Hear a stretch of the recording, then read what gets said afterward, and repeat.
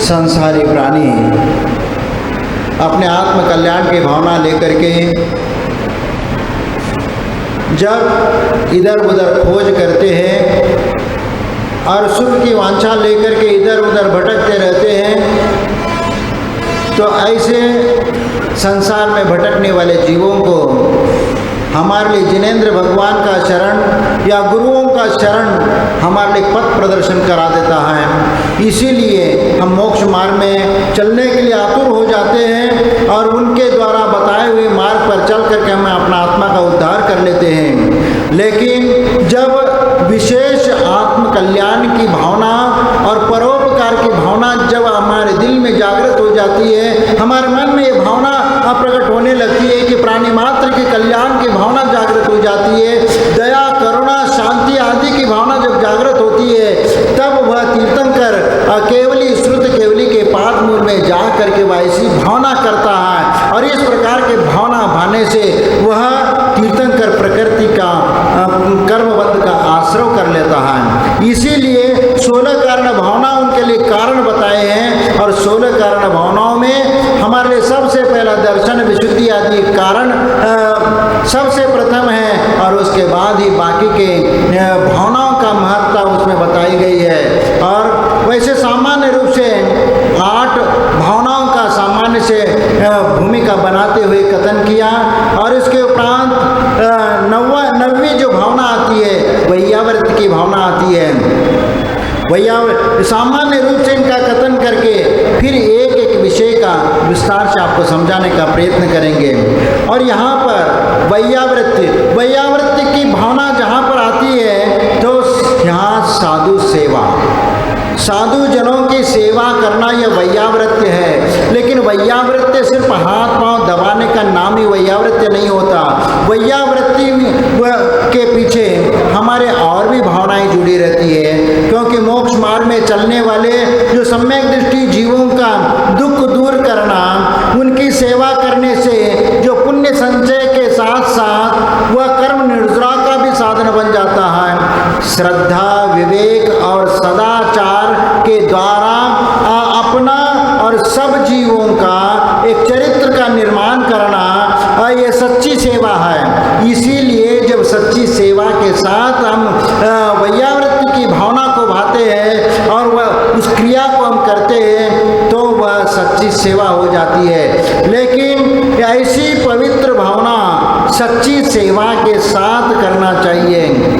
धर्म ध्यान में बाधा न आवे, इस बात का हमें ध्यान रखना चाहिए, क्योंकि धर्म ध्यान करते हुए और किसी चीज की बाधा नहीं होना चाहिए। क्योंकि आचार्य समंतभद्र स्वामी के कथन का उल्लेख किया है कि वैयावृत्ति के अंतर्गत जिनेंद्र भगवान की पूजा, चतुर्विध संघ को आहार। देखो यहाँ पर वैयावृत्ति की इसमें कौन कौन सी चीजें आते हैं कि ये जिनेंद्र भगवान की पूजा, चतुर्विध संघ को आहार, औषधि आदि देना भी शामिल है। सेवा करते समय ये भावना भी हमें होना चाहिए कि स्व और पर कल्याण की भावना होना चाहिए और इसमें हमें इस भावना से सेवा करना चाहिए। हम जिसकी सेवा कर रहे हैं उनके जैसा बनने का भाव हमारे मन में होना चाहिए, हमारे मन में आना चाहिए, तभी उस सेवा करना सार्थक है। नहीं है तो आप साधु संतों के पास जाते हाथ पांव दबा जा रहे, मैंने वैयावृत्ति कर ली, वैयावृत्ति कर ली, तो इसका मतलब ये नहीं हुआ कि आप वैयावृत्ति की 16 कारण भावना में से उस वैयावृत्ति की भावना वैयावृत्ति की भावना ये सबसे पहला महत्वपूर्ण है। फिर इसके उपरांत फिजिकल वैयावृत्ति करना ये अलग चीज है, क्योंकि सबसे पहला मन से वचन से भावना करो, फिर काय से भी उसकी प्रवृत्ति दिखाओ, ये होता है। क्योंकि इसीलिए आप वैयावृत्ति साधु की सेवा करके उनके जो बीमारी है औषध दान आदि दे करके भी करते, या वैयावृत्ति आदि करके भी आप उनके दुख दूर करने का या थकान थकान दूर करने का प्रयत्न करते हैं, तो ये वैयावृत्ति का अंग बनता है। लेकिन जब महिलाएं वैयावृत्ति की बात आएगी तो वो तो मुनि महाराज के पास आ नहीं सकते, वैयावृत्ति नहीं कर सकते, लेकिन वह वैयावृत्ति के लिए उनका दूसरा कारण बताया है कि उस साधु के लिए निर्दोष शुद्ध आहार 32 अंतराय को टाल करके और 40 दोषों से रहित आहार बना करके हम साधु के लिए आहार देते, तो वह आहार भी आपके लिए सातिशय पुण्य के लिए कारण बनता है, और वही पुण्य तो तुम्हारे लिए मोक्ष मार्ग के लिए कारण हो जाता है। और उस मोक्ष मार्ग पर चलते हुए हम असंख्यात पुण्य कर्मों की निर्जरा करते हुए चले जाते हैं। लेकिन आपको ये लगता होगा कि आजकल तो ऐसा होता है कि आहार करने की बात आ गई तो अरे भैया ये तो एक बला आ गई। आज तो कुछ लोगों को ये लगता है कि बला लगती है, लेकिन नहीं, साधु जब आपके नगर में आते हैं या आपके मंदिर में आते हैं तो आपको खुशी होना चाहिए, न कि आपको खेद होना चाहिए, क्योंकि आपकी वह खुशी आपकी भक्ति प्रदर्शित करती है। और वह भक्ति भावना सिर्फ औपचारिकता नहीं होना चाहिए, औपचारिकता जो आपकी भावना है उसके माध्यम से कभी तुम्हारा आत्मा का उद्धार नहीं हो सकता। इसलिए जब हम भगवान साधु संतों की सेवा करने का प्रसंग आता है, आत्म कल्याण की भावना का प्रसंग आता है, तो वह निर्दोष भावना के साथ बिना स्वार्थ के निष्क्रिय वृत्ति के साथ उनकी सेवा करो, और उसके विकल्प में कोई वांछा मत रखो। वांछा यदि है तो फिर आपका वह सेवा जीरो हो जाएगा, माइनस हो जाएगा। इसीलिए जब सेवा करने की बात आती है उसमें स्व और पर कल्याण की भी बात होना चाहिए, अपने कल्याण की भी बात होना चाहिए, और उसके साथ दूसरे का भी भला होता है तो उसके लिए भी हमें काम करना चाहिए। ऐसी सेवा करो, वह सेवा दूसरों को भी लाभ प्राप्त हो जाए तो उनका मोक्ष मार्ग भी सुदृढ़ बने और हमारा मोक्ष मार्ग भी सुदृढ़ बने, और हमारे परिणामों में भी निर्मलता आ जाए, जिसके माध्यम से सातिशय पुण्य की प्राप्ति हो करके हम अपना आत्मा का कल्याण कर सके। इस भावना के साथ यदि हम करते हैं, अब चतुर्विध संघ की सेवा करना, चतुर्विध संघ की सेवा करना ये कोई सामान्य बात नहीं है। आज भौतिक चकाचौंध में फंसे हुए आज की यह श्रावक और श्राविकाएं वह ये विचार करते हैं कि चकाचौंध के बीच में उनका अपना धर्म ही भूल जाते हैं, अपना कर्तव्य भी भूल जाते हैं, और वह भौतिकता में इतने रम जाते हैं कि उनको धन दौलत और इसके अलावा और कुछ भी नहीं दिखता। धन दौलत सोना चांदी हीरे मानिक मोती और मकान और दुकान और जायदाद कि इसके अलावा कुछ भी नजर नहीं आता। और जब वह अपने कर्तव्य से दूर हो करके सिर्फ धन के पीछे यदि पड़ता रहेगा, हाँ हो सकता है उस पूरी जीवन के पुण्य के वजह से वह धन तो आपको मिला हुआ है, लेकिन उस धन से तुम सातिशय पुण्य को प्राप्त नहीं कर सकते, क्योंकि उसके पीछे आप धन कमाने के लिए जितना पाप करते हो पाप भी तुम्हारे साथ जुड़ता चला जाता है। लेकिन वही काम यदि आप धर्म क्षेत्र में करते हैं और उस धर्म को जीवन अपनाते हुए, धर्म को अपने भीतर अपनाते हुए और आचरण के द्वारा, व्यवहार के द्वारा उसको अमल में लाते हुए यदि वही क्रिया करते रहोगे तो निश्चित वह तुम्हारे लिए सातिशय पुण्य के लिए कारण होगा।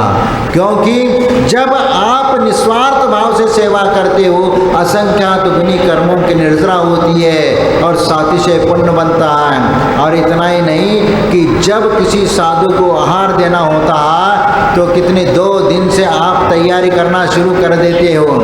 2 दिन पहले से, 3 दिन पहले से, कुछ तो पहले से भावना बनाते, हम तो इस दिन से हम चौका लगाएंगे, तो उसके लाने पहले से मानसिकता बना करके आपकी तैयारी शुरू होती है कि महाराज क्या लेते ले क्या नहीं लेते, कौन सी चीज़ अच्छी रहेगी और कौन सा खिलाना अच्छा रहेगा, आदि सब बातों का उहापोह आप करके आप निर्धारण करते हैं कि फिर साधु के लिए ये आहार बनाएंगे और ये खिलाएंगे। तो फिर वह निर्णय करने में आपको भी माथापच्ची बहुत करनी पड़ी और उसके साधन जुटाने में भी आपको मेहनत करनी पड़ी कि ये सब साधन बाजार से लेके आना, कुछ सामान मिल रहा है, कुछ सामान मिल नहीं रहा, फिर भी आप वह एन केन प्रकार से थोड़ा दूर जा करके भी उस सामान को ला करके वह साधु की सेवा करने का भाव करते, तो उसमें कितनों दिनों से कर्म निर्जरा हो रही है, आपको कभी परिकल्पना है उस चीज़ की?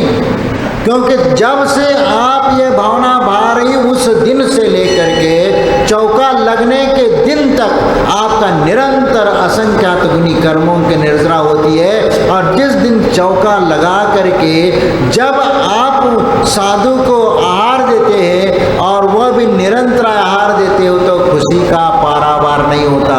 और वह आनंद, वह अलौकिक आनंद जो आपको मिलता है, जो खुशी आपको मिलती है, और उस खुशी में जो असंख्यात गुनी कर्म निर्जरा होती है, वही तो सातिशय पुण्य के लिए कारण है और वही तो भोग भूमि जैसे उत्कृष्ट सुख को दिलाता है। क्योंकि साधुओं को आहार देने से उत्तम भोग भूमि जैसे सुखों की प्राप्ति होती है और स्वर्ग की भी प्राप्ति होती है और पुनः वहाँ से लौट करके मुनि बनकर यानी मनुष्य बन करके मुनि बनकर तपस्या करके वो मोक्ष हो जाता है। इसीलिए ये कार्य जो है आहार दान और ये चतुर्विध संघ को आहार देना आदि ये जो क्रियाएं हैं ये सातिशय पुण्य के लिए कारण है। तुम्हारे जीवन को चार चांद लगाने वाली है और इस भवों में भटकते हुए जीवन को एक सही रास्ते पर ले जाने वाली है। इसीलिए अनंत काल से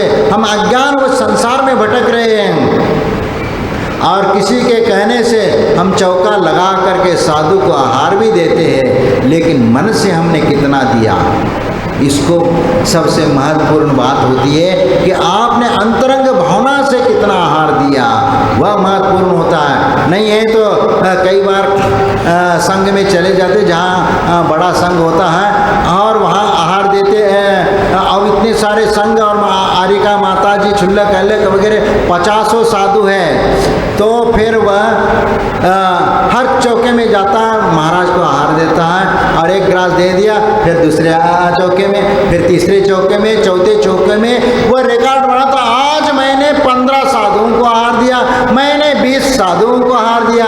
और वह ये करता है अपने जो साथी या मित्र है उनके साथ स्पर्धा करता है कि किसने ज़्यादा आहार दिया, किसको दिया। हमें समझ में नहीं आता, ये स्पर्धा की बात नहीं होती, क्योंकि गुणी जनों के प्रति साधुओं को जो आहार देना होता है वह आहार भक्ति भाव से दिया जाता है और भक्ति भाव से दिया हुआ दान ही तुम्हारे लिए सत्पात्र के कारण बन जाता है। इसीलिए आपको उसी भावना से आपको आहार दान देना चाहिए, न कि हमारी संख्या बढ़ाने के लिए मैंने अपने इतने साधुओं को आहार दिया। अरे इतने साधुओं को आहार दिया, लेकिन नवदा भक्ति आपने कितनी करी बताओ? हाँ, नवदा भक्ति तो करी नहीं, लेकिन सिर्फ शुद्धि बोल दिया और आहार देते चले गए।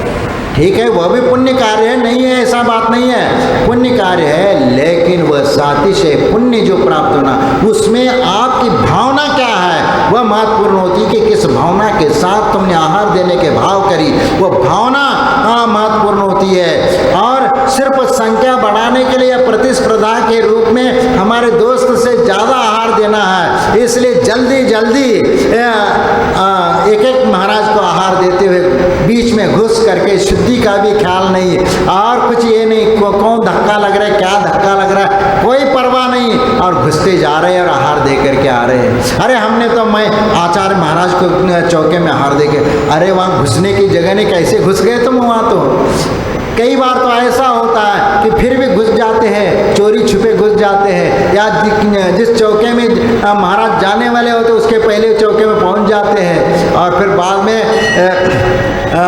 ये करके भी बाहर निकाला जाता है। फिर भी वहाँ एक ललक होती है कि एक आहार देने की। हाँ, ये जो आपकी ललक जो भावना है ना, वो भावना नवधा भक्ति से देने की होना चाहिए। जो आपको जो आहार देने के भाव है वह नवधा भक्ति के साथ दो, यानी स्वयं अपने पुरुषार्थ से वह आहार पानी की व्यवस्था करके जो आप आहार दोगे उसमें आपके सबसे असंख्यात गुणी कर्मों की निर्जरा होती है। और इसीलिए उस ओर हमारा ध्यान होना चाहिए, कर्म निर्जरा का हमारी दृष्टि होना चाहिए कर्म निर्जरा की ओर। हम तो सिर्फ आहार देना है, बस देने की ओर दृष्टि है तो वह कर्म निर्जरा का साधन नहीं बन सकता। हो सकता है उसमें तुम्हारा कोई स्वार्थ छिपा हो, और हो सकता है या किसी के साथ शर्त लगाई हो कि कौन अधिक आहार देता है, और इसके लाने आपने संख्या बढ़ाई, हमने इतने बार दिया, इतने ये कर दिया। तो यदि उस उद्देश्य से यदि आहार दिया है तो वह कार्यकारी नहीं है, क्योंकि भावना महत्वपूर्ण होती है। इसलिए 16 कारण भावनाओं में वैयावृत्ति इसको क्यों रखा गया है, क्योंकि साधुओं की सेवा जो करनी होती है वह ऐसे ही नहीं होती। आपको मालूम है कि राजा श्रेयांश ने का नाम, राजा श्रेयांश का नाम जानते हो क्या? किस वजह से उसका नाम लिया जाता है? हाँ, मालूम है? हाँ, आदिनाथ भगवान को उन्होंने प्रथम आहार दिया था, इस वजह से वह प्रसिद्ध है और इसीलिए उनका नाम लिया जाता है। लेकिन उसके पीछे की तपस्या आपको मालूम है? हाँ, वह श्रेयांश राजा का जो जीव था वह कौन था? पूर्व भोग को खोल करके देख लीजिए। श्रीमती और वज्रजंग के पर्याय में आदिनाथ का जीव और श्रीमती का जीव, यानी श्रीमती वो जो थी उनकी वज्रजंग राजा की जो पत्नी थी, उन्होंने चारण रिद्धिधारी मुनि महाराज को एक जंगल में आहार दिया था पूर्व में। लेकिन यहाँ पर आने के बाद इस आदिनाथ पर्याय में आने का उस वैसे तो श्रीमती का जीव अपना स्त्री पर्याय को छेदन करके वह श्रेयांश राजा के रूप में उन्होंने जन्म लिया था, और इधर आदिनाथ का जीव यानी आदिनाथ यानी तीर्थंकर के रूप में उन्होंने जन्म लिया था। लेकिन दीक्षा लेने के उपरांत 6 महीने तक आहार की प्राप्ति नहीं हुई और उसके लिए वो परिभ्रमण करते रहे, मुद्रा लेकर के आहार नहीं मिला। किसी को कुछ समझ में नहीं आ रहा है, कोई तो अपने लड़कियों को सामने ला करके कर रहे, कई राजकन्याओं को ला करके खड़ा कर रहे कि ये चाहिए होगा इसलिए घूम रहे हो, और या किसी को कुछ धन दौलत चाहिए हो इसलिए घूम रहे हो। लेकिन सब व्यर्थ हो रहा है, किसी को कुछ भी समझ में नहीं आ रहा। 6 महीने तक घूम रहे लेकिन आहार नहीं मिल रहा। देखो अंतराय कर्म का उदय कैसे होता है। पूर्व जीवन में किसी समय उन्होंने 6 घंटे तक एक बैल को मुस्का लगाया था, जो वो घास फूस जो होते हैं ना खेती में वगैरह वो खाए नहीं, वह नुकसान न पहुँचे, इसलिए उसको वह लगाते हैं। और वो लगाने के उपरांत काम हो गया, काम हो करके आने के उपरांत जब उनका मुस्का खोलना चाहिए था वो भूल गए और उसी को ऐसा बांध दिया, चारा भी डाल दिया, उसको चारा भी डाल दिया, सब कुछ डाल दिया, लेकिन वो खोलना भूल गए। कितने घंटे तक? 6 घंटे तक। 6 घंटे तक वह आहार पानी ग्रहण नहीं कर सका और इसका परिणाम उनको कर्म बंद हुआ। और वह जब उदय में आया तो तीर्थंकर पर्याय में 6 महीने तक आहार के लिए उनको परिभ्रमण करना पड़ा। देखो कर्म का उदय तो कैसा होता है। छोटा सा उनने गलती करी, वह अनजाने में भी गलती हो गई, लेकिन वह गलती का फल कैसे मिला? 6 महीने मिला। और वह 22 घड़ी तक वह अंजना ने पूर्व भाव में कनकोदरी के पर्याय में उन्होंने प्रतिमा को छुपा करके रखी। 22 वर्ष तक पति विरह सहन करना पड़ा। ऐसा ही कर्म फल देता है। इसीलिए कोई भी कर्म करने के पहले हमें 10 बार विचार करना चाहिए। इसीलिए राजा श्रेयांस का नाम क्यों लिया जाता है कि 6 महीने तक आहार नहीं हुआ और उसके बाद उनको स्वप्न आ जाता है। राजा श्रेयांस को भरत चक्रवर्ती है, वह 63 शलाका पुरुषों में एक वह व्यक्ति है। शलाका पुरुषों में पहला व्यक्ति है, चक्रवर्ती है। उनको भी सपन में नहीं आया और चक्रवर्ती भी चिंतित होंगे। वो चौका लगाना वो भी नहीं जानते होंगे, क्योंकि उस समय युग के आदि में कैसे आहार देना होता है, क्या होता है, वो उनको भी मालूम नहीं। लेकिन चिंता तो सबको थी।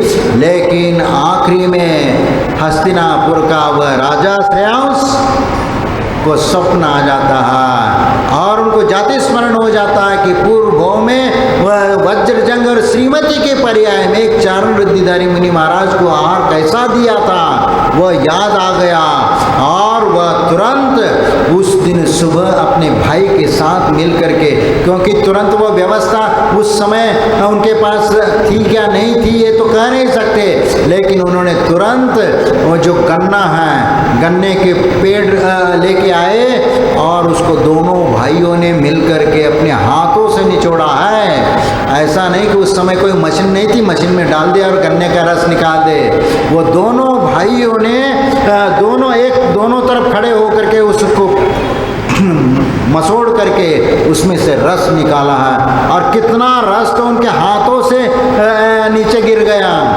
और ऐसे कितने सारे। और उस समय के गन्ने भी उतने ही लंबे होंगे जितना वो लंबे थे, उससे ही ज़्यादा। आज हम लोगों के सामने जितने गन्ने बड़े होते वैसे उनके पास भी होंगे और फिर भी उन गन्नों का निचोड़ करके रस निकाला और वह अक्षय तृतीया के दिन मुनि महाराज आदिनाथ भगवान को आहार के रूप में उसको दे दिया, तो उसका नाम आज भी लिया जाता है। इसलिए आहार दान की महिमा कितनी है ये हमें समझ में आना चाहिए।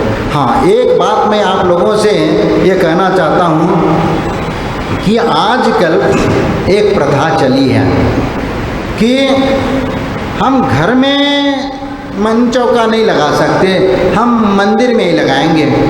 और मंदिर में कमेटी वालों ने एक व्यवस्था बना करके रखी है, एक चौका, एक रसोई घर और पूरे बर्तन सब पूरी व्यवस्था रखी है और आप सिर्फ आ जाना है और आप आ करके बना करके साधु को आहार कराना है। बाकी सब व्यवस्था हम करा देते हैं, बाकी सब व्यवस्था जो भी है फल फ्रूट और सब्जी फिब्जी जो भी दाल फूल जो भी है वो चाहिए तो हम ला करके दे देंगे, नहीं है तो जय महिला मंडल होती है वो महिला मंडल सब मिल करके कोई दाल लाता है, कोई चावल लाता है या कोई आटा ले करके आता है और सब मिल करके वहाँ पर वो चौका लगाते हैं और उनसे पूछा जाता है कि भैया चौका किसका है, चौका किसका है? महाराज हम सबका है, सबका। अरे दान क्या सबका होता है क्या? हाँ, दाता कौन होता है? विधि द्रव्य दात्री पात्र विशेषात तद विशेष, ये तत्वार्थ सूत्र में वह सूत्र आया है। विधि के साथ होना चाहिए और दात्री दाता कैसा होना चाहिए, दाता के भी लक्षण बताए गए हैं। और वह दाता कौन है? फिर आहार दान देने वाला दाता होता है, न कि कमेटी के लोग होते हैं, न महिला मंडल होता है। वहाँ पर एक व्यक्ति का नाम आता है एक, और वह दाता श्रावक होता है और श्रावक ही वह दाता बन करके वह आहार दान बनाता है, नहीं तो ऐसा नहीं। हाँ भैया, आज हमारे तरफ से आहार दान, महाराज का आहार दान, तो भैया कितना ये फीस है उसकी फीस कितनी है भैया? 1100, 2100 या 3100 ये फीस है। ये फीस जमा कर देता है भैया, 2 नौकरों को लगा देते, वहाँ बनाते रहते हैं, वो बना लेंगे और 9-10 बजे लगभग वह पहुंच जाएंगे सोला पहन करके और सीधा आहार दे देंगे। तो ये क्या हुआ? ये आहार दान हुआ? ऐसा आहार दान होता है? हमें गंभीरता से सोचने की बात है कि ये आहार दान किस शास्त्र में लिखा है ऐसा आहार दान होता है। और वैसे भी मूलाचार में ये कहा है कि यदि कोई श्रावक नौकरों के द्वारा आहार देता है तो वह आहार ग्रहण करने योग्य नहीं है। लेकिन आज जब आप अपनी जिम्मेदारी से दूर होने लग गए तो आज साधुओं के लिए भी एक मजबूरी बन गई है कि भैया तुम नहीं है, कोई क्षेत्र में है, क्षेत्र में समाज नहीं है, तो ऐसी जगह आहार लगाने वैसे श्रावकों को जाना चाहिए। लेकिन श्रावक के पास टाइम नहीं है और इतनी दूर जा करके आहार नहीं लगा सकते। वैसे आचार्य श्री के सामने कभी समस्या नहीं है, क्योंकि आचार्य श्री तो कहीं भी किसी भी क्षेत्र में रुक जाए, वहाँ तो 50 किलोमीटर 100 किलोमीटर दूर से आकर के लोग आहार चौका लगाए। लेकिन हर साधु के लाने ऐसा पुण्य का उदय तो रह नहीं सकता। लेकिन फिर क्या, वह क्षेत्र पे है तो क्षेत्र वाले तो सीधा कहते हैं कि महाराज यहाँ पर आपकी व्यवस्था नहीं है, आप 1-2 दिन रह करके अपनी व्यवस्था कर लो, चले जाओ। और आज ये स्थिति होती जा रही है कि आज समाज में विकृति आती जा रही है और बड़े बड़े क्षेत्र में भी ये स्थिति होती जा रही है। चाहे वह जयपुर के क्षेत्र हो, चाहे किसी भी भारत के किसी भी राज्य में जो भी क्षेत्र है, वहाँ पर यह स्थिति होती है कि यदि साधु की भावना है उस क्षेत्र पे चातुर्मास करने की, तो वह कमेटी वाले कहते कि महाराज यहाँ पर तो चातुर्मास नहीं कर सकते, 2-4 दिन रहना है तो रह ले और उसके बाद आप विहार कर सकते हैं। ये स्थिति आज हमारे समाज में ये पाप आ रहा है और ये इस प्रकार की सोच जो आ रही है, ये धर्म को नष्ट करने वाली ये सोच है। ये श्रावक और मुनि धर्म का जो एक रथ चल रहा है, उस रथ को, उसकी एक पहिया को तोड़ने का काम चल रहा है। इसका मतलब ये कलयुग में इस प्रकार की दशा होगी, ये हमारे आचार्य ने पहले ही बताया है। लेकिन इसका बावजूद भी आपका कर्तव्य क्या होता है, वह कर्तव्य को याद रखने की आवश्यकता होती है। लेकिन हम उस कर्तव्य की ओर ध्यान नहीं रखते। उनको लगता है कि साधु यदि क्षेत्र में आएगा तो हमें उसकी व्यवस्था करनी पड़ेगी, चौका लगाना पड़ेगा, चौके की व्यवस्था करनी पड़ेगी। अरे ये तो तुम्हारा धर्म है और उसको तुम यदि बोझ समझते हो तो इससे बड़ा दुर्भाग्य तुम्हारा हो नहीं सकता। जो तुम्हारा पुण्य का साधन, मोक्ष का साधन है, आत्म कल्याण का मार्ग है, और उसको तुम क्या समझते हो कि एक बला समझ करके उसको नकारते हो, ये इससे बड़ा पाप और इससे बड़ा नरक और कोई नहीं हो सकता। इसीलिए ऐसे मन में विचार लाना भी महापाप है। एक अतिथि जो हमारे जिन शासन में बहुत बड़ा अतिथि के रूप में उनको स्वीकार किया, उतना सम्मान हम करते हैं। और वैसे यदि क्षेत्र में यदि काम होगा तो पहला साधु को लेके आएंगे, भैया साधु आ जाएगा, थोड़ा सा माहौल बनेगा और हमारा क्षेत्र के लाने कुछ पैसे इकट्ठा हो जाएंगे, उसके लाने साधु बुलाएंगे। और जैसे काम हो गया तो जिस प्रकार वह दूध में से मक्खी उठा करके फेंकते हो ना, फिर उस प्रकार साधु से भी कोई लेन देन नहीं है। इस प्रकार यदि आपकी मानसिकता है तो धिक्कार है ऐसे आपकी सोच को और आपके इस प्रकार के व्यवहार को, जो तुम्हारे लिए रौ रौ नरक तक ले जाएगी ये। क्योंकि मुनि निंदा का भी पाप और मुनि की अवहेलना की पाप। आज कुछ समाज में ऐसे लोग हैं, उनमें यह पनपती है और वह साधु को आहार लगाना भी पाप समझते हैं। और वह एक वर्ग ऐसा भी है जो साधुओं की निंदा भी करता है। और ऐसे लोग यदि कमेटी में आएंगे या उस विचार के लोग आएंगे तो वह उस क्षेत्र पे साधु को ठहरने देंगे क्या? ऐसे सोच वाले लोगों को समाज को बिठाना भी, समाज भी उस पाप के भागी है। इसीलिए समाज का भी कर्तव्य होता है कि ऐसा व्यक्ति उस स्थान पर न बैठे। इसीलिए ऐसा व्यक्ति यदि है तो वहाँ से हटा करके जो मुनि भक्त जो श्रावक है उनको वहाँ पर बिठाना चाहिए और ऐसा कार्य करना चाहिए, तो ही वह गुरुओं का सम्मान होगा, धर्म का सम्मान होगा और वह दूसरों के लिए एक आदर्श का काम करेगा और जिन शासन की महिमा बढ़ेगी इससे। इसीलिए ऐसे कार्य करना चाहिए हमें जो जिसके माध्यम से जिन शासन की महिमा बढ़े।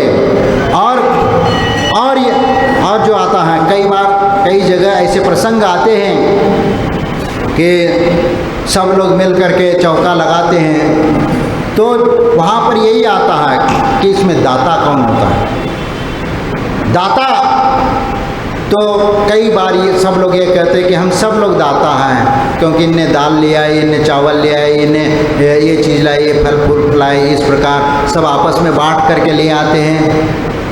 तो इसमें दाता किसको कहें, क्योंकि दाता एक ही होता है, 10 लोग नहीं होते। इसीलिए श्रेयांश राजा ने सबसे पहला आदिनाथ भगवान को आहार दिया, तो सबसे दाता के रूप में राजा श्रेयांश का नाम लिया जाता है। क्यों लिया जाता है उनको? क्या उनके साथ उनके परिवार के लोगों ने आहार नहीं दिया होगा क्या?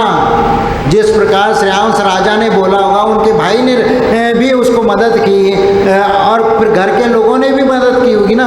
और पड़गान करके अकेले तो पड़गान किया नहीं होगा, तो घर के लोगों को भी पहले से बता करके ऐसे शुद्धि करना और ऐसे पड़गान करना और ऐसे करना पहले से। जैसे कोई नया व्यक्ति यदि पड़गान के लिए आता है तो पहले से आपको शुद्धि सिखा देते हो कि ऐसे शुद्धि बोलना है, तो उस प्रकार उन्होंने भी तैयार की होगी ऐसी।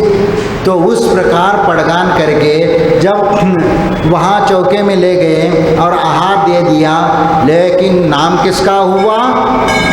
राजा श्रेयांश का हुआ, क्योंकि उस घर का मुखिया है। इसीलिए वह घर का मुखिया होने के कारण वह उस पुण्य का भागी बनता है। और इतना ही नहीं, वह घर के लोग परिवार में भी वह उस पुण्य करने के लिए वह कारण होने के कारण बाकी के लोगों ने भी जो आहार दान दे करके जो पुण्य कमाया, उसका छठा हिस्सा भी उस मालिक को लगता है, क्योंकि घर का माहौल उन्होंने ऐसा बना करके रखा है। इसलिए शास्त्रों में ये कहा है कि जिस देश का राजा यदि अपने राज्य में धार्मिक वातावरण तैयार करता है और धर्म की गंगा यदि बहती है, तो जनता जितना धर्म कर्म करके पुण्य करती है, उसका छठा हिस्सा उस राजा को भी मिलता है। और उसी प्रकार ये हर जगह घटित होता है। तुम्हारे परिवार में जो मुखिया है, वो मुखिया किस प्रकार का है, घर को कैसा चला रहा है, या पाप के रूप में चला रहा है, पुण्य के रूप में चला रहा है, धर्म के रूप में चला रहा है, उसके ऊपर निर्भर करता है। वह यदि घर का माहौल एक जैसा बना करके रखता है और धार्मिक वातावरण के साथ और पुण्य करते हुए और दान धर्म आदि करते हुए यदि वह धर्म करते हैं, तो उनके द्वारा जो अन्य परिवार के सदस्यों के द्वारा जो पुण्य कमाया जाता है, उसका छठा हिस्सा उस मालिक को भी बिना कुछ किए मिलता है। उसी प्रकार जब समाज के जो मुखिया हैं और समाज के जो प्रमुख लोग हैं, वह यदि समाज के भीतर यदि उस प्रकार का वातावरण निर्माण नहीं करा सकते हैं और उस प्रकार की व्यवस्था नहीं बना सकते, तो जो पाप कर्म श्रावक करेंगे उस पाप का हिस्सा आपको भी छठा हिस्सा मिलेगा। यदि श्रावक भी यदि पुण्य कर्म करेंगे तो उस पुण्य कर्म का छठा हिस्सा वह समाज के जो प्रमुख लोग हैं उनको भी वह मिलेगा। जो भी अध्यक्ष मंत्री संतरी जो कमेटी होती है वह उसका जिम्मेदार मानी जाती है, क्योंकि आपको पूरा समाज का दायित्व निर्वाह करने के लिए दिया है। और आप ही यदि दिशाहीन हो करके यदि समाज का यदि पालन करोगे और समाज में के भीतर अधर्म का जो माहौल बनेगा और उसके माध्यम से ये जो पाप होगा इनके द्वारा, उसका छठा हिस्सा पाप उनको भी मिलेगा। इसीलिए वह उस कमेटी का कर्तव्य होता है। और यदि आप उस प्रकार नहीं कर पाते तो हमें स्वयं हट जाना चाहिए और ऐसे योग्य व्यक्ति को उस स्थान पर बिठाना चाहिए। और ये भी ध्यान रखना चाहिए कि उसमें वह धर्म धर्मात्मा व्यक्ति होना चाहिए। सिर्फ पैसे को देख करके किसी को अध्यक्ष या मंत्री नहीं बनाना चाहिए, क्योंकि आजकल कई ऐसे हैं कि शराब का ठेका चलाने वाला है और उसको समाज का अध्यक्ष बना दिया, या कोई चमड़े का व्यापार कर रहा है, जूते चप्पल बना रहा है और वो बहुत पैसा वाला है तो उसको अध्यक्ष बना दिया। भैया उसका कर्म तो देखो कौन सा है, हमारे धर्म के अनुरूप है क्या नहीं है, ये देखना चाहिए हमें। फिर इसके उपरांत उसको नियुक्त करो, पैसा मत देखो व्यक्ति का। यदि एक ऐसा धर्मात्मा व्यक्ति है, योग्य है, लेकिन धन नहीं है उसके पास, लेकिन अपना समय दे सकता है, तो ऐसे व्यक्ति को अवश्य ऐसी जिम्मेदारी देना चाहिए जो स्वयं भी धर्म करता हो और समाज को भी धर्म मार्ग पर लेगा। क्योंकि वह यदि आएगा तो धार्मिक आयोजन भी वह करेगा, समाज के बीच में करेगा, समाज के लोगों को वह प्रोत्साहित करेगा और इस प्रकार एक धार्मिक वातावरण मंदिर में बनेगा, समाज में बनेगा, तो धर्म की ओर सब लोग आकर्षित हो जाएंगे और ये जिन शासन की प्रभावना होगी और उसका जो पुण्य है उस कमेटी को भी मिलेगा, उसका श्रेय, क्योंकि उन्होंने मेहनत करके इस प्रकार आयोजन कर लिया, पुण्य कर्म कर लिया। इसीलिए यहाँ पर जो पुण्य करने की बात आती है वह पुण्य अच्छा माहौल बनाने से भी उसका, और जो लोग उसका पुण्य कर्म को करते उसका छठा हिस्सा उस प्रमुख को और उस मालिक को मिलता है। इसीलिए जो दाता होता है उस दाता के ऊपर निर्भर करता है कि घर में चौका लगाना या नहीं लगाना, क्योंकि महिला तो होती है, कई बार भाव होते हैं, लेकिन उसका घर वाला कहता है कि नहीं हमें कुछ नहीं करना, क्योंकि श्रद्धा भाव नहीं, नास्तिक भाव है तो वो मना कर सकता है। और यदि कभी कभार यदि समाज के लोगों ने उसको थोड़ा सा प्रेरित कर देते हैं, नहीं तुम्हारी जिम्मेदारी से तुम समाज का अंग हो तो तुम्हें लगाना पड़ेगा, तो वह कहता है कि लगा लो भाई, तो अपने बीवी को कहता है हाँ चौका लगा लेना, आपने 2-4 लोगों को और बुला लेना और करा लेना। फिर पड़गान के लिए कौन होगा? नहीं, पड़गान को तो हम नहीं आ सकते, मुझे तो दुकान जाना पड़ेगा, दुकान खोलना पड़ेगा। तो फिर वह घर का चौका कैसा माना जाएगा, वह दाता कैसा माना जाएगा? वो जो घर में चौका लगा है और उस घर का मुखिया वह यदि आहार दान में वह खड़ा नहीं होता तो वह दान भी दान नहीं माना जाएगा, नहीं है। और यदि कोई विशेष मजबूरी है और वह किसी काम से बाहर गए हैं तो कोई बात नहीं, तो घर का दूसरा कोई सदस्य हो, उनका बेटा हो या कोई चाचा हो, तो ऐसे उनको खड़ा करके वह ये करना चाहिए। नहीं है तो यहाँ तो कई बार तो ये देखा जाता है कि वो महिलाएं मंडली वो पड़गान में खड़ी होती, जेंट्स तो कोई नहीं रहता। अब क्या मजबूरी में वो महिलाएं क्या करती है कि अरे ये पूजा करने आए, अरे तुम आ जाओ, आप पड़गान के लिए खड़े हो जाओ, क्योंकि भैया कोई जेंट्स नहीं है, महाराज जी को कभी पहुंचना पड़ेगा, ये करना पड़ेगा, तो उसके लाने कोई जेंट्स चाहिए। हाँ, ऐसे खड़े होते हैं क्या? नहीं है। हाँ, और वो भी हमेशा वही चेहरे नज़र आते हैं, बदलते हुए चेहरे बहुत कम नज़र आते हैं, लेकिन वही बार बार चेहरे नज़र आ रहे, तो इसका मतलब ये है कि इनको बुला करके खड़ा किया गया है, ये तो इनका स्वयं का तो है नहीं है। और फिर भी वो भावना अच्छी है उनकी, वह अपने भाग्य के अनुसार, वह अपने भावना के अनुसार उनको पुण्य मिलेगा, वो बात अलग है। लेकिन कर्तव्य के नाते जिसका चौका है उस घर का मुखिया वह मेन दाता माना जाता है, और उस दाता को खड़े होकर के ही पड़गान करके नवदा भक्ति से आहार करना चाहिए। लेकिन किसी को शुद्धि बोलनी नहीं आती, उनको बोलना पड़ता है मन शुद्धि, वचन शुद्धि, आहार जल शुद्ध है, आहार जल शुद्ध है। फिर नवदा भक्ति से आहार देते हैं, आहार ग्रहण कीजिए। अब नवदा भक्ति तो आजकल तो कोई बोलता ही नहीं है, वैसे नवदा भक्ति पूर्वक आहार देते हैं, ये बोलना चाहिए। लेकिन एक आदत बनी है, मन शुद्धि, वचन शुद्धि, काया शुद्धि, आहार जल शुद्धि, आहार ग्रहण कीजिए महाराज।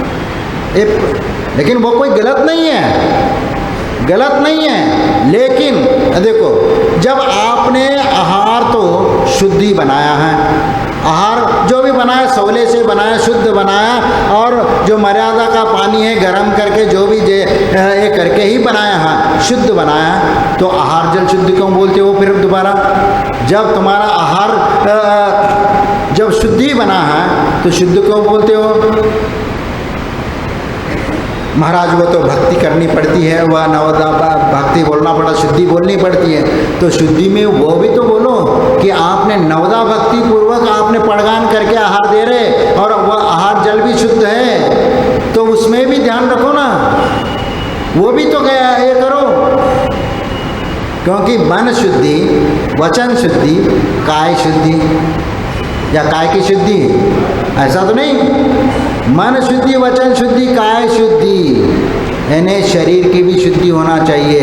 क्योंकि आप जिस प्रकार के वस्त्र पहने हो वह शुद्ध है कि नहीं, धुले हुए सवले कोई छुए न हो, ऐसे वस्त्र है कि नहीं, ये भी देखना चाहिए। नहीं है तो आज जो धुला हुआ वस्त्र आपने पहना है, आज पहन लिया, बस उसी को निकाल करके दो टांग दिया, दूसरे दिन उसी को पहन लिया और आगे, क्योंकि सोले का ही हुआ है, लेकिन आपने उपयोग किया उसका, फिर भी उसको टांग करके भैया धोना ना पड़े इसलिए आपने टांग दिया, और दूसरे दिन वही सोला पहन करके आप आ गए।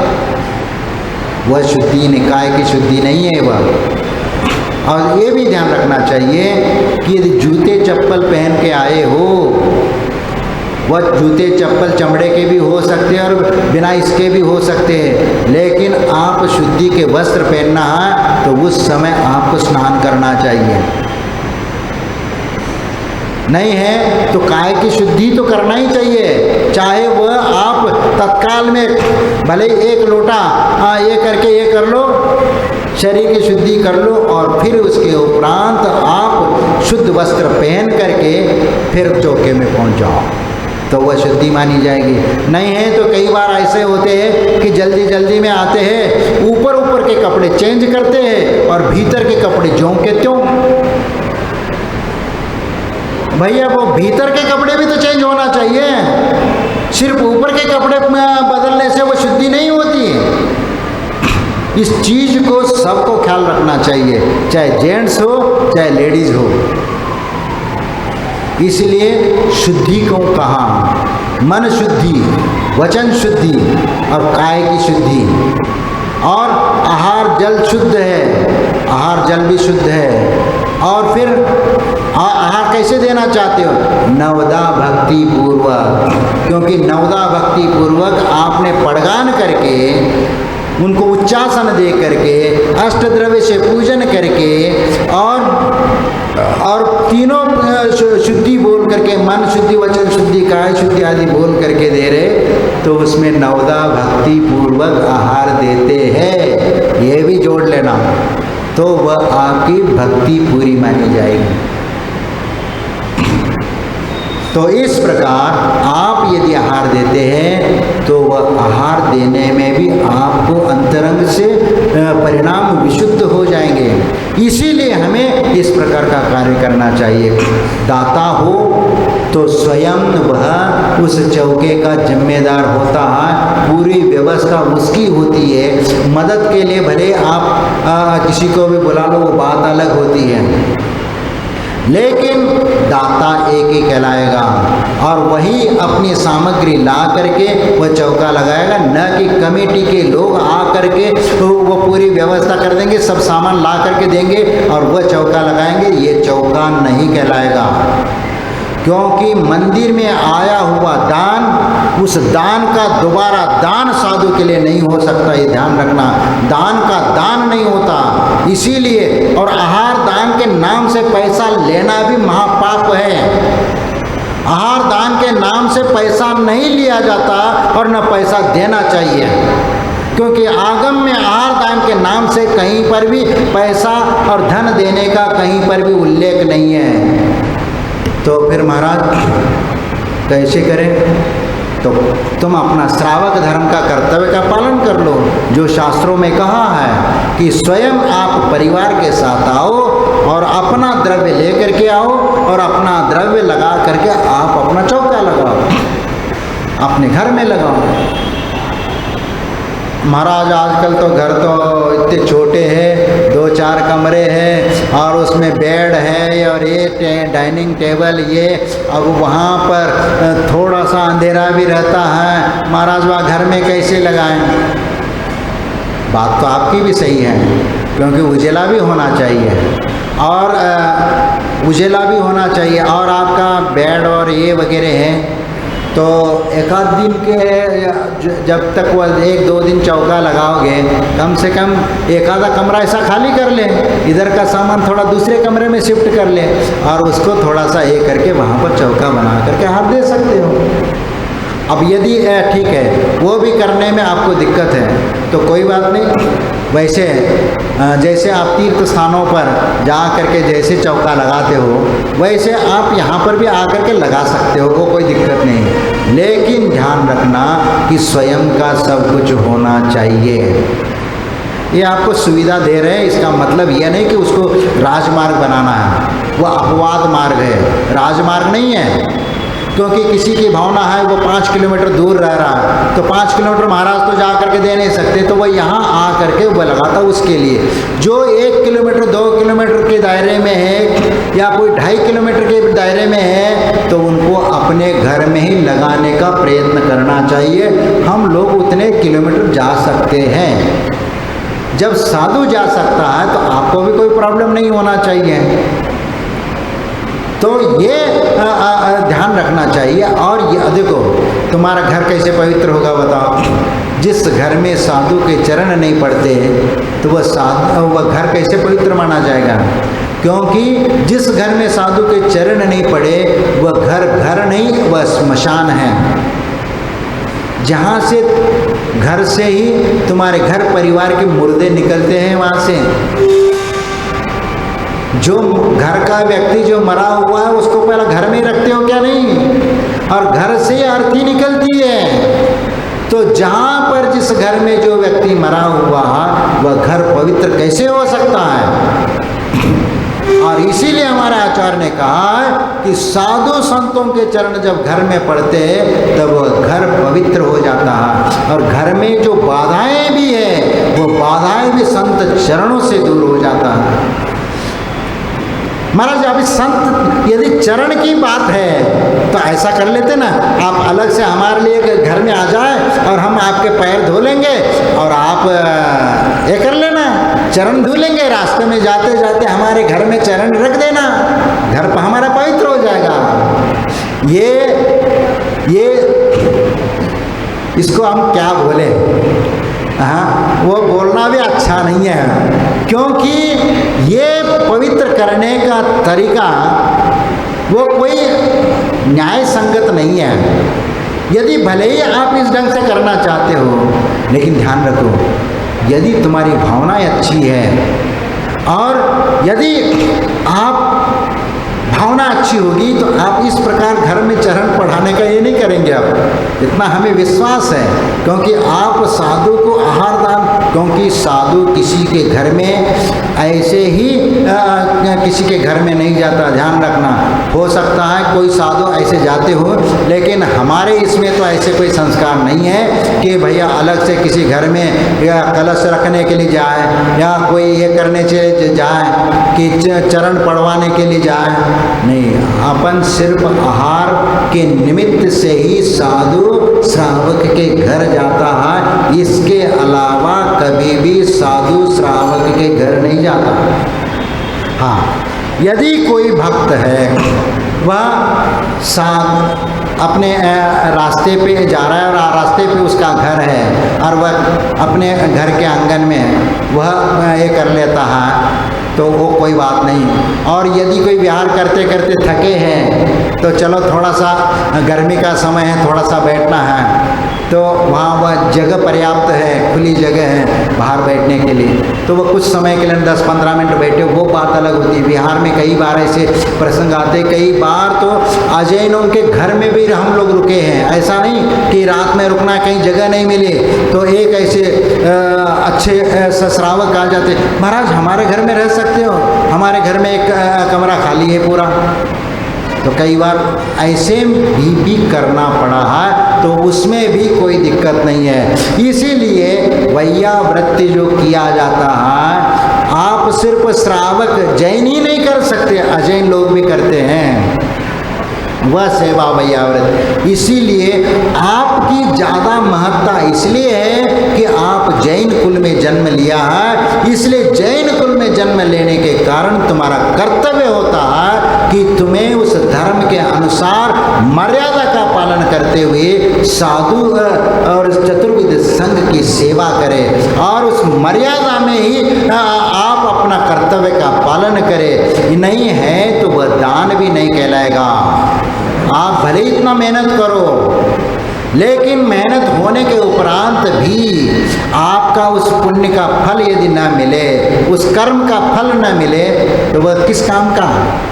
क्योंकि अज्ञान अवस्था में किया हुआ कर्म, बहुत अच्छे कर्म किए, लेकिन उसका पुण्य का फल नहीं है। विवेक पूर्वक एक छोटा भी कर्म कर लेते तो भी वह एक वटवृक्ष के समान सातिशय पुण्य को दिलाता है। इसीलिए करोड़ों जन्म तप करने वाला एक अज्ञानी जीव सही पुण्य का अर्जन नहीं कर पाता, लेकिन करोड़ों जन्मों में जितना कर्म निर्जरा करी, उतना एक श्रावक जो विवेकवान ज्ञानी है, वह एक क्षण में उतना कर्मों की निर्जरा करता है। इसलिए ज्ञानी और अज्ञानी की परिभाषा जो होती वह हमें समझ करके चलना चाहिए। इसलिए श्रावक का क्या कर्तव्य होता है, उस कर्तव्य की ओर हमें ध्यान देना चाहिए। ऐसा नहीं, हाँ अब ये भी बात है कि जो आप आहार दान के नाम से जो पैसा लेते हो, या उसका फंड अलग से हमने इकट्ठा किया है और उसी से चौका लगते हैं, फिर भी वह गलत परंपरा है। वो परंपरा क्यों पड़ रही वो भी मैं आपको बताता हूँ, और वह आज की परिस्थिति में ये इस प्रकार क्यों हो रहा है वह भी मैं आपको बताता हूँ। क्योंकि आज श्रावक अपने कर्तव्य से दूर रहना चाहता है। जब साधु आपके नगर में, गांव में आया है, और जहाँ समाज होता है वहाँ तो कोई दिक्कत नहीं होती साधु को विहार करने में और आहार विहार करने में। वहाँ तो दूसरे गांव में समाज है तो वहाँ वह चौका लगा के आहार देंगे अगले इसमें। लेकिन जहाँ पर बीच में समाज नहीं होती, 100-100 किलोमीटर तक समाज नहीं, 200-200, 400-400 किलोमीटर तक समाज नहीं है, तो ऐसे समय में दिक्कत होती है साधु के लिए। तो यहाँ से यदि 100-200 किलोमीटर भी जाना है तो इतने किलोमीटर जाने के लिए साधु को तो 4-5 दिन लग जाए, 7-8 दिन लग जाए, तो इतने दिन रास्ते में कौन चौका लगाएगा? स्वाभाविक है। और इतना टाइम कौन निकाले? आज तो भौतिक युग है, सब अपने काम धाम में दुकानों में लगे हैं, तो वो सब छोड़ करके कौन आएगा? क्योंकि अब इसके साथ महिलाएं भी फिर उसके साथ ये नहीं होती, क्योंकि अब घर के लोग दुकान में गए तो उनको बना करके घर में भी खिलाना है, और उसको छोड़ करके वहाँ पर आए, क्यों आए? और क्योंकि एकल परिवार है, एकल परिवार में कोई पीछे देखने वाला भी नहीं, बना के खिलाने वाला भी नहीं है, इसके कारण भी वह स्थिति निर्माण हो जाती है। लेकिन कुछ बुजुर्ग होते हैं जो साधुओं के प्रति आस्था रखने वाले होते हैं, वह साधु को भूखा देख नहीं सकते, तो इसीलिए वो क्या करते कि नहीं, हाँ हम चलते हैं, हम चलते। ऐसे दो चार धर्मात्मा लोग होते हैं तो फिर वह चलते। तो फिर रास्ते की व्यवस्था कैसी करें? तो रास्ते की व्यवस्था फिर समाज की जिम्मेदारी बनती है, तो सब मिल करके उसमें कर लेते हैं। क्योंकि आज वह स्थिति है नहीं कि भैया आज मैं जाऊँगा, आज मैं चौका लगाऊंगा, दूसरे दिन दूसरा जाएगा, तीसरे दिन, ऐसा तो है नहीं है। क्योंकि जाने वाले वही फिक्स लोग हैं, और वह अपनी घर परिवार को छोड़कर आ रहे, सेवा दे रहे, यही महत्वपूर्ण होता है। वह अपना धन का खर्चा तो प्रतिदिन तो कर नहीं सकते, उतना वह सक्षम भी नहीं है। तो फिर आप कहते कि कोई बात नहीं, हम पैसा दे रहे हैं। महाराज ऐसे समय में तो हमें कलेक्टर तो करना पड़ेगा, हाँ, ऐसे समय में तो हमें कलेक्शन तो करना पड़ेगा, तो आहार दान के नाम से पैसा तो इकट्ठा करना पड़ेगा। देखो, आहार दान के नाम से व्यवस्था जो होती है वह उसके लिए पैसा इकट्ठा नहीं किया जाता है। रास्ते की जो व्यवस्था, विहार की व्यवस्था या गाड़ी घोड़ा आदि की जो व्यवस्था होती है, उस व्यवस्था में जो खर्चा होता है, उस खर्चा के लिए समाज जिम्मेदार होता है और उसके लिए वह समाज करता है। लेकिन आहार के लिए तो व्यक्तिगत ही होता है। वह आप कितना भी कहो, इसमें तो आहार दान में वह समाज का पैसा नहीं होना चाहिए, व्यक्तिगत ही उसका उपयोग होना चाहिए। वही सच्चा दान है, क्योंकि दाता वही कहलाता है। नहीं है तो एक संघपति बनता है, संघपति बन करके वो अपना पूरा खर्चा यात्रा का करता है। जैसे आचार्य शांति सागर महाराज जी को शिखर जी की यात्रा के लिए, उत्तर भारत की यात्रा, वो बम्बई के घासलीवाल जो थे, उन्होंने आहार दान में पूरी व्यवस्था, जो आहार दान की पूरी व्यवस्था है, वो स्वयं भी खड़े रहते थे और सब जितने भी लोग हैं चौका लगाने के लाने, वह स्वयं अपना द्रव्य देते थे और पूरी यात्रा संघपति बन करके उनके उसका निर्वाह किया। और देखो, एक बार ऐसा प्रसंग आया कि बीच रास्ते में एक ऐसा जगह आया कि बरसात हो गई, वहाँ सूखी लकड़ी नहीं मिली, चौका लगा, क्योंकि उस जमाने में तो लकड़ी से या कोयला से तो बहुत कम चलता था, लकड़ी से ही चलता था। तो उस समय वह बरसात होने के कारण सूखी लकड़ी उनको कहीं नहीं मिली। तो उन्होंने उस समय क्या कर लिया कि भाई यदि लकड़ी नहीं मिल रही तो चौका कैसे लगेगा, जलाने के लिए कुछ तो चाहिए।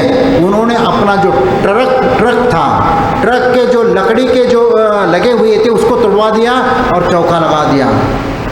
और आज यदि कोई ऐसा कर सकता है कि अपनी गाड़ी के तोड़ करके उसके एक तुड़ा करके चौका लगा ले, लेकिन उन्होंने उसका नुकसान जो होगा उसकी उनने परवाह नहीं की और उन्होंने साधु का चौका लगना चाहिए तो उन्होंने उसको तोड़ करके लगा दिया और उन्होंने कोई ये नहीं किया।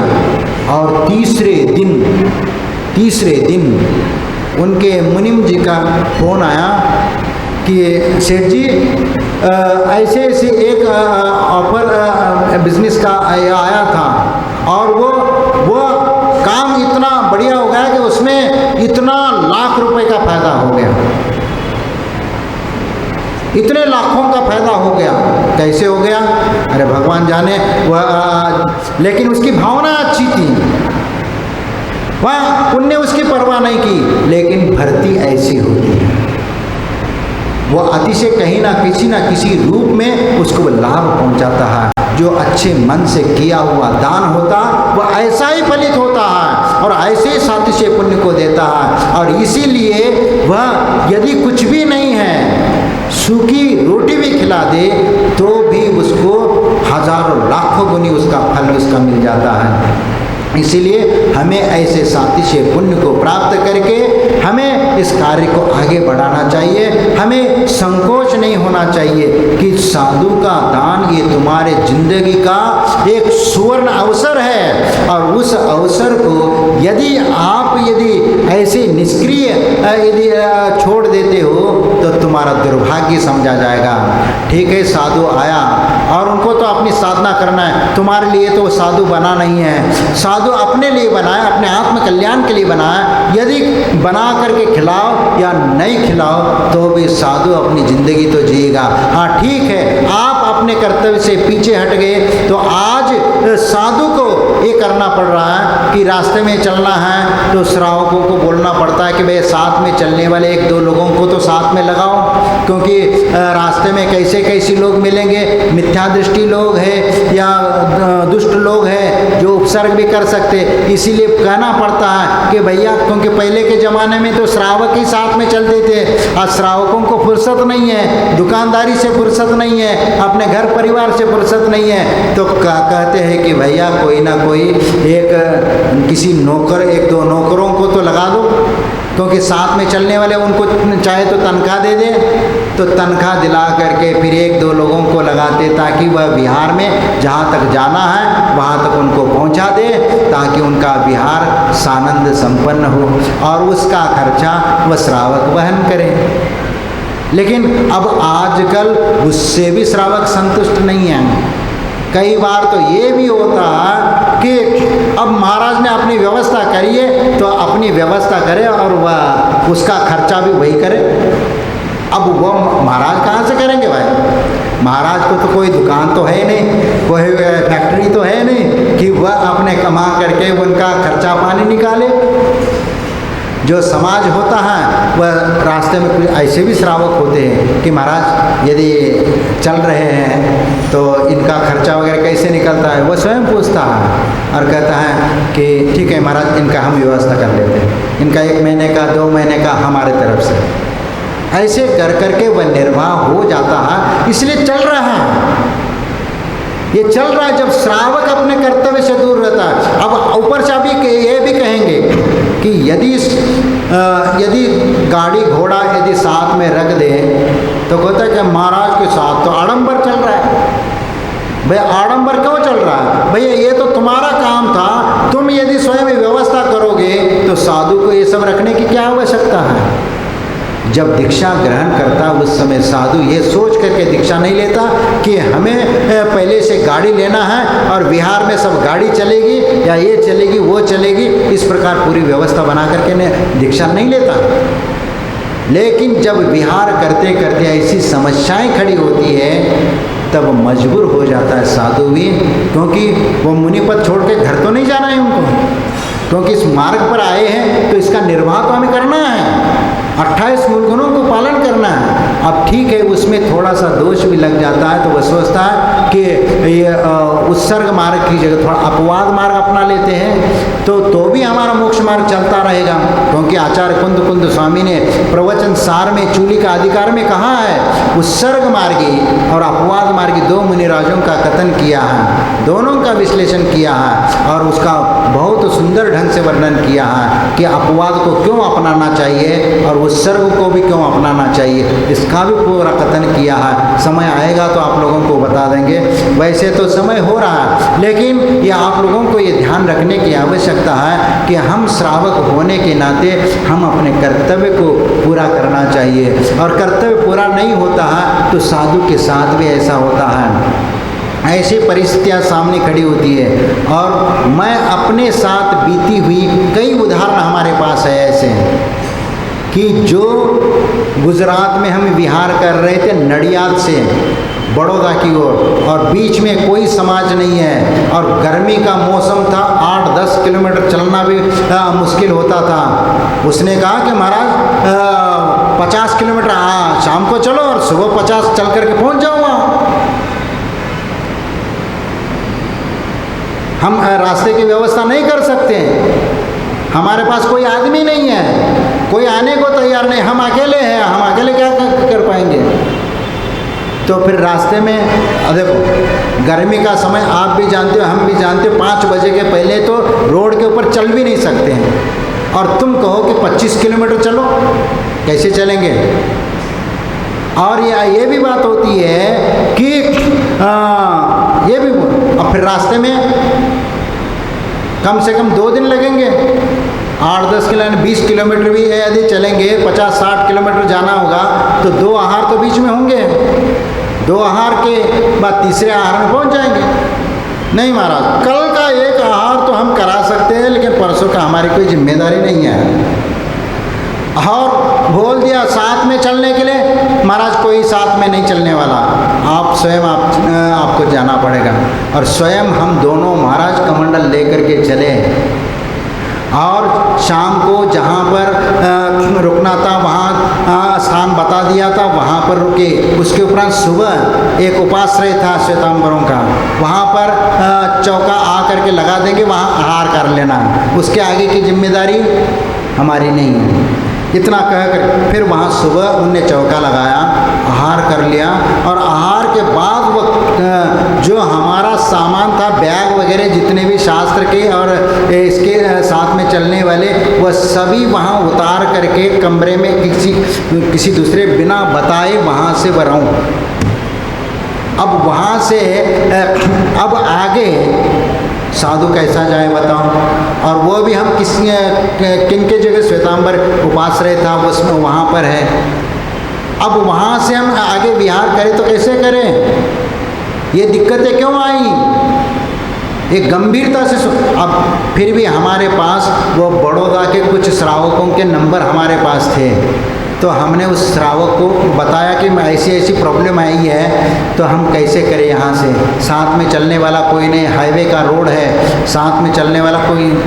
तो फिर एक सुझाव आया कि ठीक है एक रिक्शा कर लो, रिक्शा में पूरा सामान, वैसे तो वो स्वयं आने का उन्होंने ये किया था कि हम लोग आ रहे हैं, लेकिन क्या हुआ कि सब लोग वह दोपहर के बाद जब बात करी तो उन्होंने कहा कि सब लोग अपने अपने ड्यूटी पर गए, महाराज कोई ये नहीं आ पाएगा, इसलिए आप ऐसा कर लो रिक्शा कर लो, पूरा सामान रख लो, रिक्शा को साथ साथ में चलवाते हुए आप चले जाना। तो शाम को वो स्थान है, शाम के समय वो एक आदमी आएगा, एक वो श्रावक है, उसकी फैक्ट्री भी उसी तरफ है, तो वो शाम के समय वह दुकान फैक्ट्री बंद करके आपके पास आ जाएगा, व्यवस्था हो जाएगी, वहाँ से आगे की व्यवस्था हम संभाल लेंगे। तो फिर वह चला करके थोड़ा सा ज़्यादा चल करके जाना पड़ा थोड़ा सा, लेकिन ठीक है, लेकिन आगे वाले श्रावक ने वो व्यवस्था कर ली नहीं है। और यदि हमारे पास यदि वह आगे वाले सामने का यदि कोई नंबर नहीं होता श्रावक का, तो फिर क्या व्यवस्था हो पाती? विचार करो, ये इस प्रकार साधुओं के साथ भी इस प्रकार व्यवस्था हो रही है, तो इसके लाने कौन जिम्मेदार है? और साधु यदि अपने साथ कोई गाड़ी घोड़ा रखता है तो ऊपर से और ये परिग्रह साथ में रखते, वो रखते, ये रखते, और वो उसके ऊपर साधु को दोषी समझते हो। श्रावक अपना कर्तव्य का निर्वाह का अपने को दोषी नहीं मानता, स्वयं तो निर्दोष है, लेकिन अपना कर्तव्य का पालन नहीं करता, तो भी दोष साधु का है, क्योंकि साधु इस प्रकार का काम कर रहा है। इसलिए आपके समाज का कर्तव्य है आपको अपने कर्तव्य का निर्वाह करके जिन शासन की महिमा को आगे बढ़ाना है। जय बोलो महावीर भगवान।